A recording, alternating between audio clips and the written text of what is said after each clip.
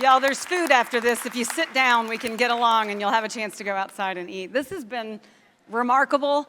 It is really like listening in at your own funeral. The good news is you don't have to be dead to hear all the stories, and you get to spend time with people afterwards. And so thank you for being here and allowing me the honor to hear my own eulogy before my time. So. Standing here before you on this stage with this rather elaborate getup, I have to say Lewis gave me the best story. He said his daughter said, "Oh, look, you got second place, silver." So I like that. It reminds me a bit of my first time on a stage. I was 5 and in a dance recital. My uniform was bright green leotard with one of those Sergeant Pepper jackets and this majorette hat that was like half of my height. It was memorable, but I wouldn't have remembered it had Tom not printed it on a photo in icing on top of a birthday cake that he brought to my workplace. Yeah, my first year on the tenure track as a faculty member. It was a surprise party. Well, it was a surprise, all right. I was definitely not expecting that. Today, the outfit's a bit more regal, and the occasion is much more important. And I want to start with a message to our students. I know you're out there. You are the most important part of Rollins, and you are the reason why we are here and why I do what I do. I will keep you at the forefront of my minds as I make decisions. I care deeply about your experience, and I will invest my whole self to make sure Rollins is the best it can be for you. And faculty and staff, I will rely on your expertise, faculty in curriculum, pedagogy, and the scholarship you so generously share with our students. Staff in many things that make this place hum, from keeping our campus beautiful to attracting stellar students and colleagues, supporting their well-being, and keeping this complex organization running smoothly.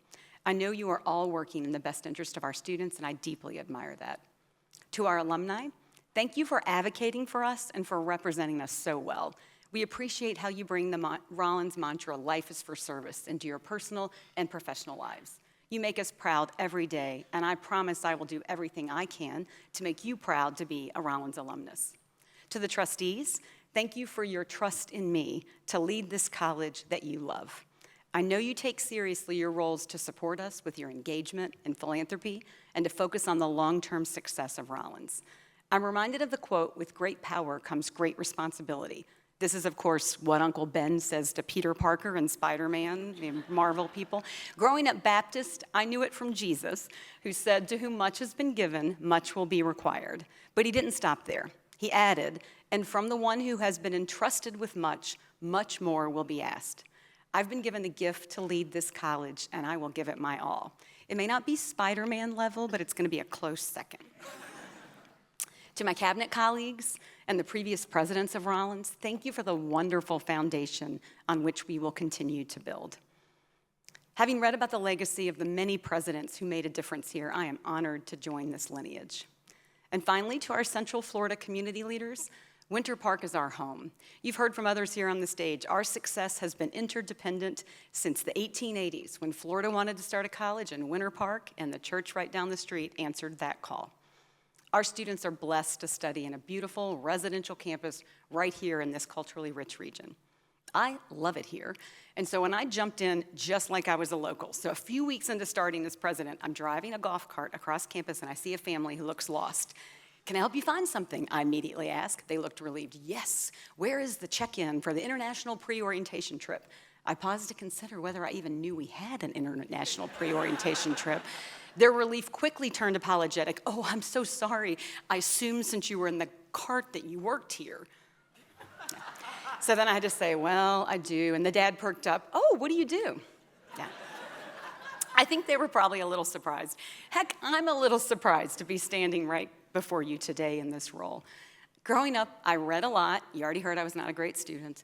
I did enjoy learning about places I thought I would never see. Apparently, I would see all of them with half the people on the stage. Not yet Billy Collins, but it's coming, I guess. And lives I assumed I would never live. But I did always try to think beyond what was right in front of me. A Rumi quote captures this perfectly. "Set your sights on a place higher than your eyes can see." And for me, I set those sights way back in my rural upbringing in Kentucky. I was the child no one wanted in Sunday school. I asked way too many questions. My grandfather said I was vaccinated with a Victrola needle. If you are a certain age and don't understand that joke, ask somebody later afterwards and they can tell you what that means. In the American South, we call this spirited. bless your heart was uttered frequently. Non-Southerners, you can also ask about this, but this is not a good thing at all. In other words, I was a lot, but all these questions were my attempt to learn. I tried to live by another wise adage, to be curious, not judgmental. And I know what you're thinking this time, right? Jesus. No, this one's Ted Lasso. Yeah.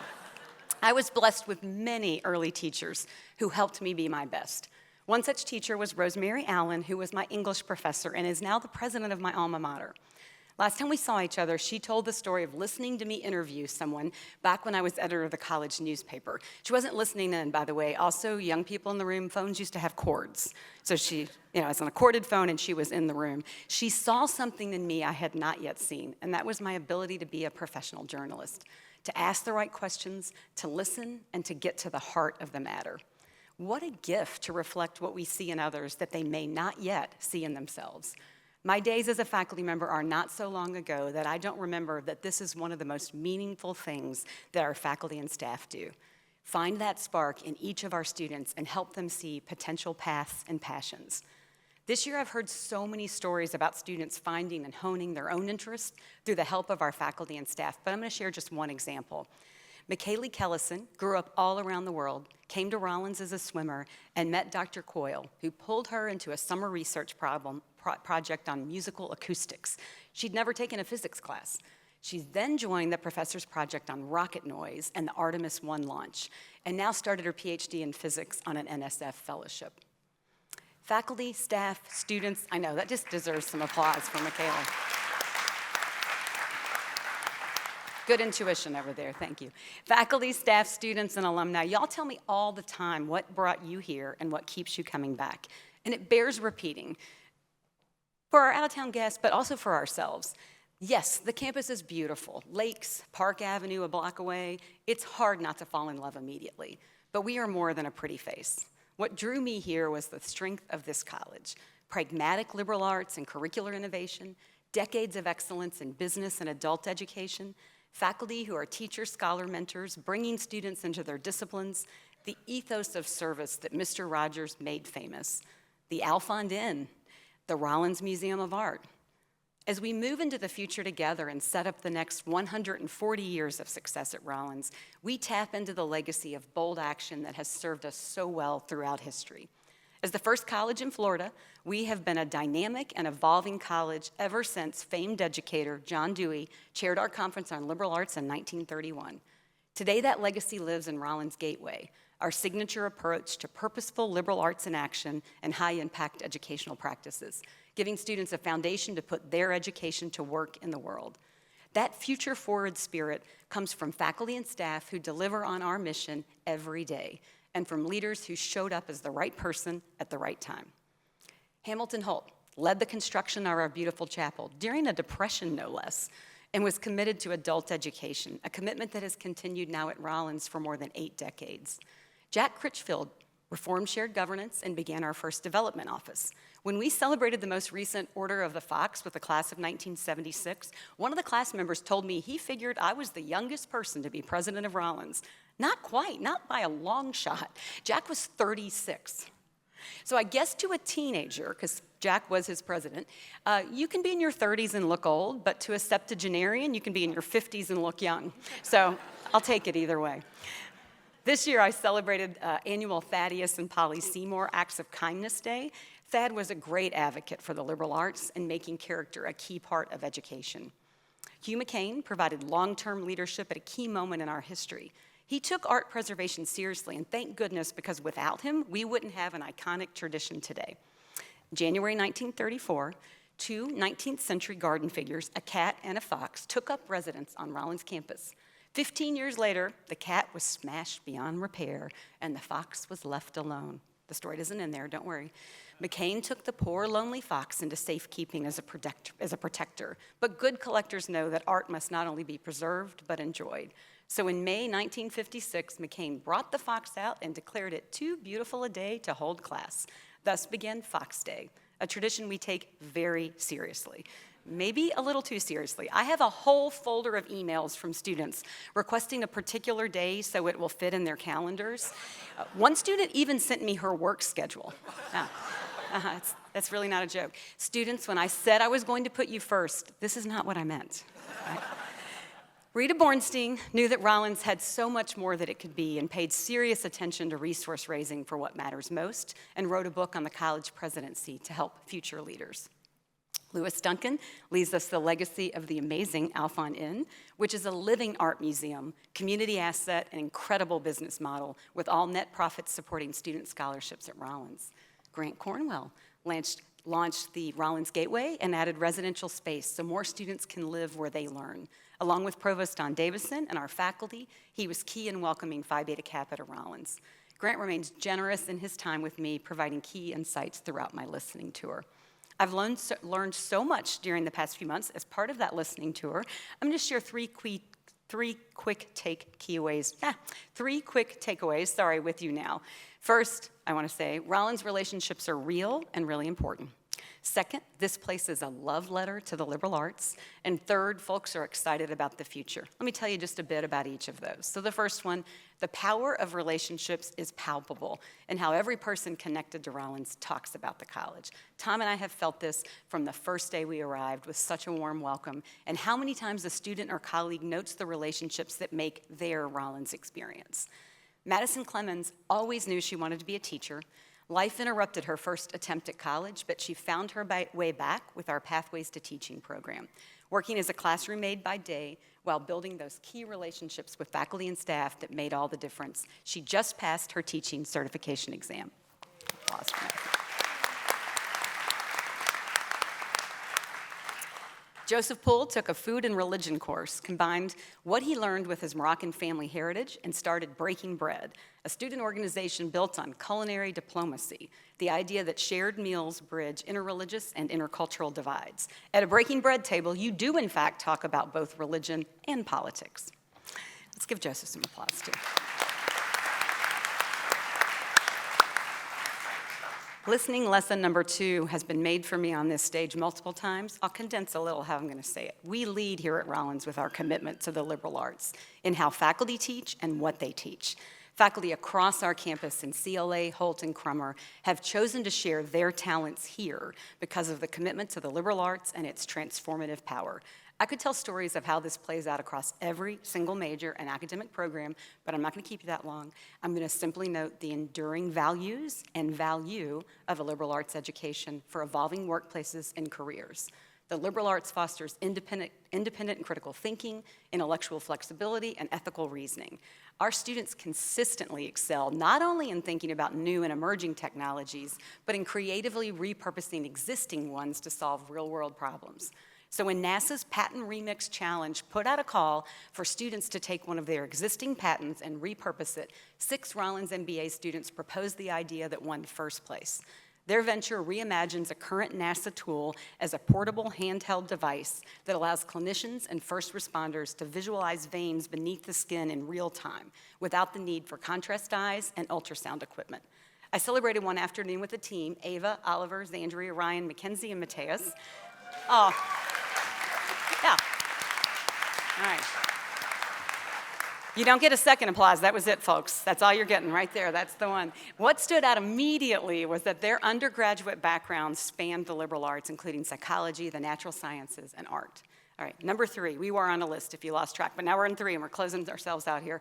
I'm so excited about the future, and everyone else is here. Together, we will forge a vision grounded in what matters most for our students. We will be realistically optimistic. Hope is not our strategy, but it is our ethos. We won't fall prey to exceptionalism, but we will know our worth, build on what makes us special, and adapt to remain relevant. Listening across campus, I see the many aspirations we have as a college. Animating those aspirations won't happen overnight.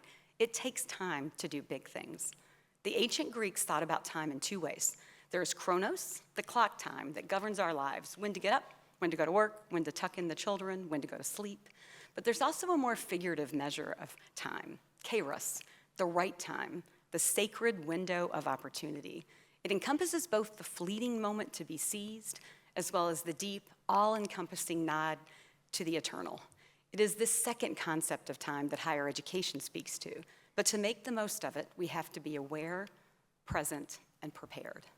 In this time of rapid change, we feel even more the need to preserve places for deep thinking and contemplation, to privilege expertise, to celebrate intellectualism and inquiry, to think in complicated ways about complex topics. This is the horizon thinking that allows us to move boldly, thoughtfully, and kindly into the future, honoring our legacy, seizing the present, and building together what we can yet become. As I close, I turn from the promise of the future to the debts of the past. Gratitude's an ancient practice across cultures and traditions. In Buddhism, both the quality of being grateful and the act of expressing it. In Judaism, simply recognizing the good. The Prophet Muhammad taught that whoever does not show gratitude to people has not shown gratitude to God. And Martin Luther King Jr. wrote of an inescapable network of mutuality. I feel that interconnectedness every day. First, to my family of origin, I hit the lottery being born into our family. My parents, siblings, aunts, uncles, cousins, nieces, and nephews, I would want to be friends with you even if we were not related. Our relationships come from joy and not obligation. And for the family I'm married into, I'm so blessed on this front as they have welcomed me so warmly and fully into their family. And for my chosen family, my friends, we have all chosen so well, if I must say. Together we make a wild and wonderful group. You enrich my life, and we have so much fun together.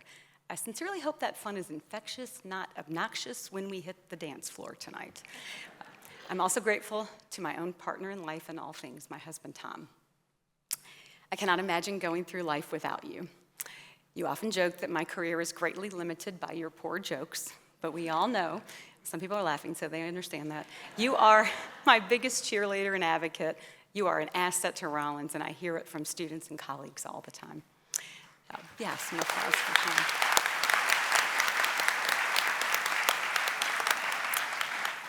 To Jack and Lily, our wonderful adult children and our favorite people in the whole world. We are endlessly proud of the people you are and will continue to become. All of you have helped me along the way on a career path where, like a snowball, I've accumulated treasured colleagues and friends as I rolled along, growing my community of gratitude bigger and bigger. Thank you to all the wonderful people in Bloomington, Indiana, at IU and Public Media, in North Carolina at Elon University, at Indianapolis, Butler University, and now all of you here in Central Florida and at Rollins College. I'm grateful for your warm welcome, your generous collaboration, and your confidence in me to lead us all into a bright future. Fiat Lux.